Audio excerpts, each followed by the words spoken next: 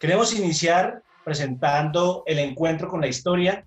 Hoy, la libertad de los esclavos y el racismo en Estados Unidos, a cargo de Pascual Amezquita, doctor en economía y profesor universitario. Pascual, muy buenos días y bienvenido a Encuentros Pedagógicos, la Radio Revista. Muy buenos días, hoy nos encontramos con Pascual Amezquita, quien lo hemos invitado aquí a la revista de Encuentros Pedagógicos Renovación Magisterial, para hablar sobre este movimiento que ha generado en el mundo contra la discriminación racial a partir de lo que sucedió en Estados Unidos.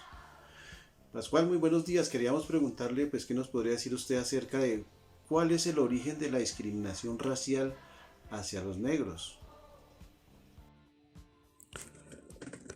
Sea lo primero agradecer a Encuentros Pedagógicos por la invitación. Bueno, en relación con el origen de la discriminación hacia los negros, el asunto se remonta a la historia del esclavismo en América, tanto en América Latina como en Estados Unidos. Y es que la esclavitud se estableció a través de del forzoso tráfico de esclavos negros del África hacia América. Es decir, si los esclavos hubieran sido asiáticos, otra historia se estaría contando, pero los esclavos que llegaron a América los trajeron del África, y eso se convirtió en la base del desarrollo de un negocio propio del capitalismo, del negocio que acumuló mayor riqueza, uno de los negocios que mayor riqueza permitió acumular en América, como lo señala por ejemplo Marx, y es el papel del esclavismo en la acumulación de capital a través de la traída de mano de obra a América Latina y a Estados Unidos para la minería y para las plantaciones. Hay que recordar en esta historia que no siempre los esclavos han sido negros, pues hay esclavos de diferentes colores. Por ejemplo, los esclavos de India pues no son negros, son de un color de piel diferente a la de los europeos, pero no color negro. Y hay esclavos, por ejemplo, Roma tenía esclavos del nororiente de Europa, que eran esclavos blancos. De manera tal que es solamente por el origen del esclavismo que se asoció esclavitud con la población de color negro. Sí, Pascual, pues otra pregunta sería, si en general la esclavitud se terminó en casi todo el mundo en el siglo XIX, ¿por qué continúa la discriminación?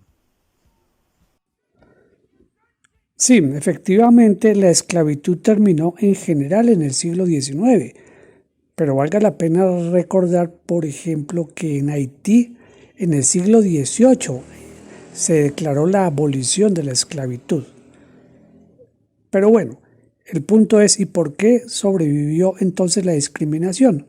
Pues porque se fue asociando que esclavo era trabajo barato, y cuando se acabó la esclavitud como institución, lo que quedó en el mundo económico es que a los negros les pagaban menos salario, y ese pago inferior se fue traduciendo en un pago acumuladamente cada vez más bajo respecto a la población de otros colores. Por ejemplo, población de color blanco frente a la población negra, o la población latina, que es de un color que no es blanco, y en consecuencia a ellos se les paga un salario inferior al de los blancos, pero superior al de los negros. Es decir, esa discriminación racial se mantuvo porque es la forma de garantizar mano de obra más barata.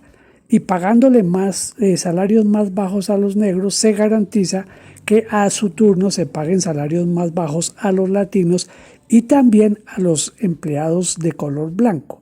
Es decir, mantener los salarios bajos a los negros incide en todas las escalas salariales de la población. Si se le sube el salario a los negros, inmediatamente tienen que empezar a subirle los salarios a todo el resto de la población. Así que la discriminación se mantiene como un criterio económico a pesar de que se haya acabado con la institución de la esclavitud.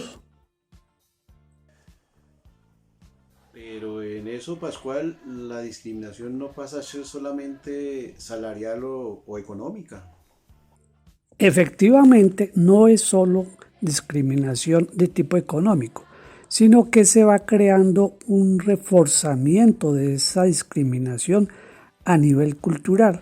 Entonces, a la población negra se le va excluyendo de una serie de beneficios que implicarían un reconocimiento económico. Por ejemplo, el derecho a estudiar en igualdad de condiciones, el derecho a tener los beneficios que tienen los blancos en esa sociedad, pues inmediatamente empezarían a cambiar porque se mantiene una discriminación cultural que refuerza la discriminación económica. Entonces son dos elementos que se van retroalimentando. La discriminación económica, que es el origen del asunto, se traduce en discriminación cultural y a su turno la discriminación cultural refuerza la discriminación económica.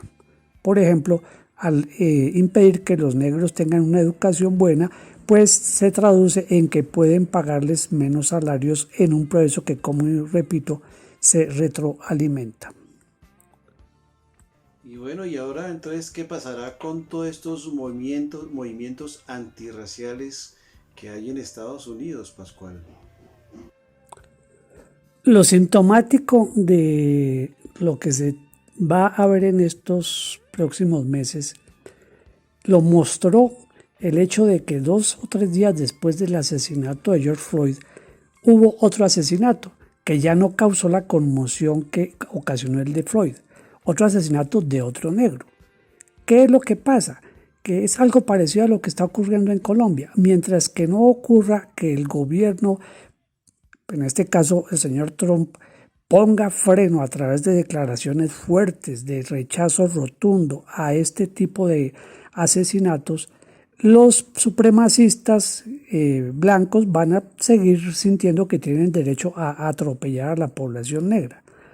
Ahora, si el Estado no ofrece una solución, que es lo que está planteándose hoy en Estados Unidos, pues la solución vendrá del otro lado y es el levantamiento creciente de la población negra ahora que empezó a tomar conciencia de su fuerza para evitar que siga siendo objeto de los golpes por parte de los supremacistas blancos y en general de la sociedad que los ha discriminado, que es lo que también ocurrirá en Colombia con el asesinato de los líderes.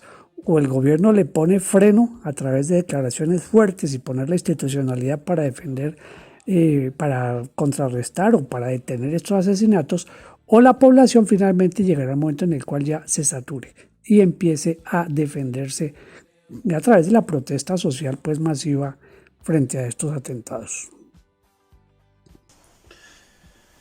Bueno, Pascual, le agradecemos mucho a usted su visita aquí por Encuentros Pedagógicos y esperamos volver a contar con usted en otras oportunidades para que nos hable acerca no solamente de estos movimientos raciales, sino otras cosas que tienen que ver con la historia. Entonces, por aquí lo estaremos esperando nuevamente. Muchas gracias, Pascual. Agradezco mucho la invitación a los compañeros de Encuentros Pedagógicos y entonces estamos pendientes de nuevas invitaciones. Gracias.